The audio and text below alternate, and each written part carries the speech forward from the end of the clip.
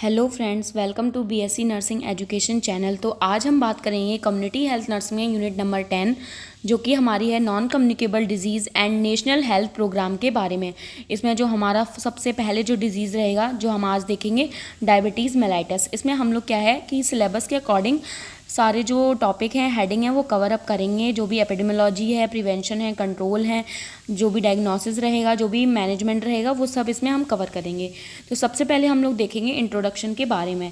Non communicable disease are those which are not caused by any infectious agent. Therefore, these diseases are also known as non-transmissible or non-infectious disease. Non communicable disease जो होते हैं वो ऐसे disease होते हैं जो कि infectious agent से नहीं होते हैं, ठीक है। और इनका जो दूसरा नाम है वो होता है नॉन ट्रांसमिसिबल और नॉन इन्फेक्शियस डिजीज़, ठीक है। ये क्या है, मतलब जो ड्रॉपलेट बाय कांटेक्ट वगैरह से नहीं फैलते हैं, ठीक है। NCDs include chronic illness which persists for a long time or even advanced slowly. Example of non-communicable disease include cardiovascular disease, cancer, diabetes. तो नॉन कम्युनिकेबल डिजीज़ जो है ये मोस्टली क्या है, क्रोनिक इलनेस रहते हैं, ठीक है, लंबे समय तक चलते हैं। और इसमें कुछ डिजीज़ आ जाते हैं लाइक जो हार्ट का डिजीज़ होते हैं, ठीक है, कार्डियोवास्कुलर जो डिजीज़ होते हैं, कैंसर, डायबिटीज़, है ना, ये भी आ जाते हैं इसमें। Some common non communicable disease are, अब हम बात करेंगे जो हमारे सिलेबस में नॉन कम्युनिकेबल डिजीज़ दिए गए हैं like diabetes mellitus, hypertension, cardiovascular disease, stroke, obesity, blindness, deafness, thyroid disease, then cancer, इन सब के बारे में हम लोग बात करेंगे, ठीक है। देन एपिडेमियोलॉजी ऑफ एनसीडीज हमारे सिलेबस में पूछा गया है, ठीक है। Now a day non communicable disease are the leading cause of death and are gradually increasing. और जो अब के ये दिन चल रहे हैं इसमें क्या है, जो नॉन कम्युनिकेबल डिजीज़ हैं वो मोस्टली कॉज हो रहे हैं किसके, डेथ का, ठीक है। और ये धीरे धीरे बढ़ता ही जा रहा है। NCD are the cause of around 80% death. जो 80% डेथ है वो नॉन कम्युनिकेबल डिजीज़ की वजह से हो रही है कंट्री में, ठीक है। Then in 2008 around 63% of the 57 million death were caused due to NCD, ठीक है। मतलब जो 2008 में क्या था 63%, ठीक है, 57 मिलियन जो डेथ हुई हैं वो किसकी वजह से हुई हैं, नॉन कम्युनिकेबल डिजीज़ की वजह से। Non communicable disease such as cardiovascular disease, diabetes, cancer were the prime cause of majority of death which is around 36 million, ठीक है। और जो नॉन कम्युनिकेबल डिजीज़ में सबसे ज़्यादा देखा गया है कि किन डिजीज़ों से क्या है डेथ हो रही है, तो जो कार्डियोवास्कुलर डिजीज़ हैं, डायबिटीज़ की वजह से और कैंसर की वजह से क्या है सबसे ज़्यादा डेथ हो रही हैं, around 36 million. Then non communicable disease are cause due to variety of risk factors such as being physically inactive, having unhealthy diet. और जो नॉन कम्युनिकेबल डिजीज़ है वो मोस्टली इस वजह से हो रहे हैं, लोग क्या है रिस्क, मतलब रिस्क पर हैं, ऐसे रिस्क फैक्टर्स हैं जिनकी वजह से नॉन कम्युनिकेबल डिजीज़ हो रहे हैं, जैसे कि लोग फिजिकली इनएक्टिव हैं, एक्सरसाइज वगैरह ही नहीं कर रहे हैं आज के टाइम पे, ठीक है, अनहेल्दी डाइट खा रहे हैं, ठीक है, फास्ट फूड वगैरह लोग ज़्यादा प्रेफर कर रहे हैं, ठीक है, और एल्कोहल से एडिक्टेड हैं, टोबैको का बहुत ज़्यादा यूज़ कर रहे हैं। But they can be prevented by acquiring habits that control these risk factors. But ये सारी चीज़ें हम लोग रोक सकते हैं कुछ ऐसी हैबिट्स को एक्वायर करके, ठीक है, कंट्रोल करके इन रिस्क फैक्टर्स को। NCD poses a health risk as well as challenge in development. और जो नॉन कम्युनिकेबल डिजीज़ हैं वो क्या है, हेल्थ रिस्क पजेज करते हैं और चैलेंज है ये डेवलपमेंट के लिए, ठीक है।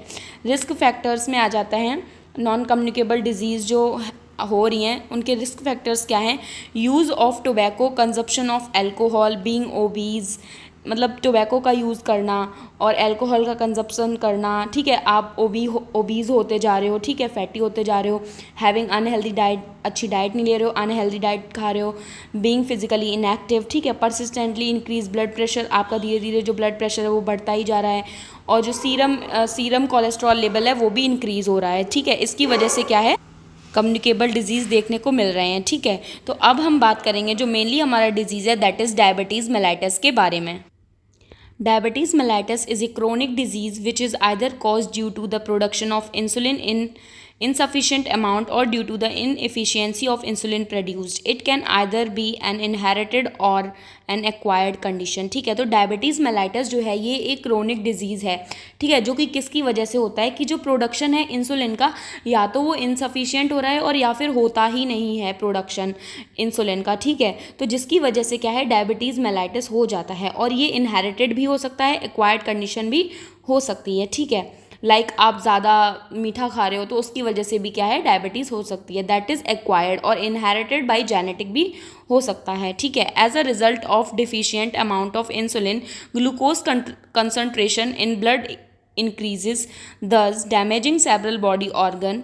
तो जिसका रिजल्ट क्या होता है, देखो इंसुलिन बनता नहीं है, जिसकी वजह से क्या होता है कि ब्लड में क्या है जो हमारा शुगर का लेवल है वो बढ़ जाता है, ठीक है। और जब शुगर का लेवल बढ़ जाएगा तो आपको क्या हो जाएगा डायबिटीज़ हो जाएगा, ठीक है। और जब शुगर का लेवल बढ़ जाएगा तो जो हमारे ऑर्गन्स हैं वो क्या है डैमेज होंगे, मोस्टली सबसे ज़्यादा नर्वस सिस्टम और जो ब्लड वेसल्स हैं वो हमारी क्या है डिस्टर्ब होती हैं, डैमेज होती हैं।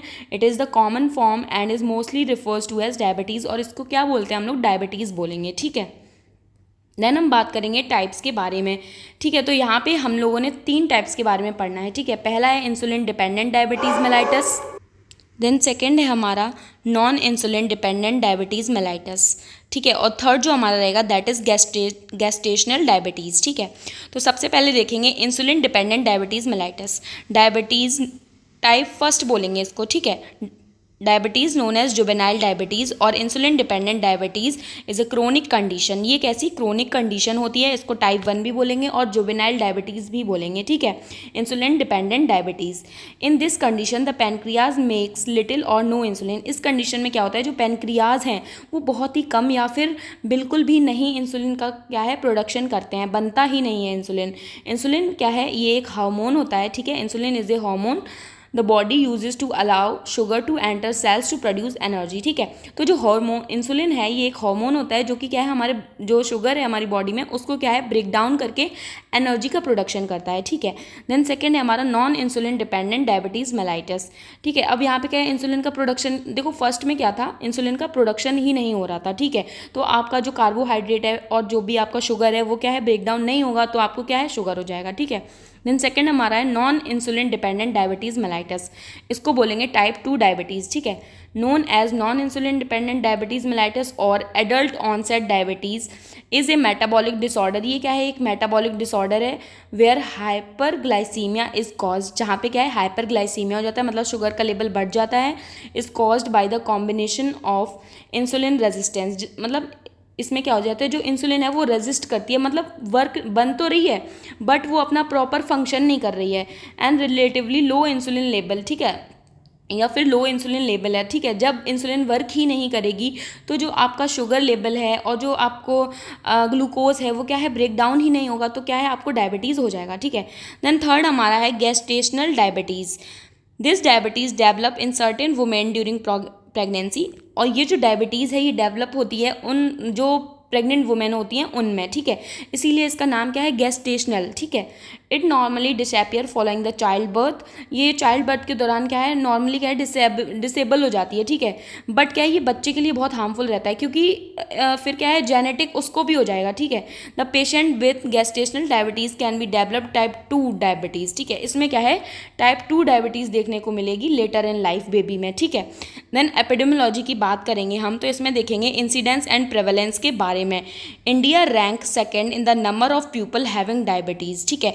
इंडिया का सेकेंड नंबर है, ठीक है, डायबिटीज़ में।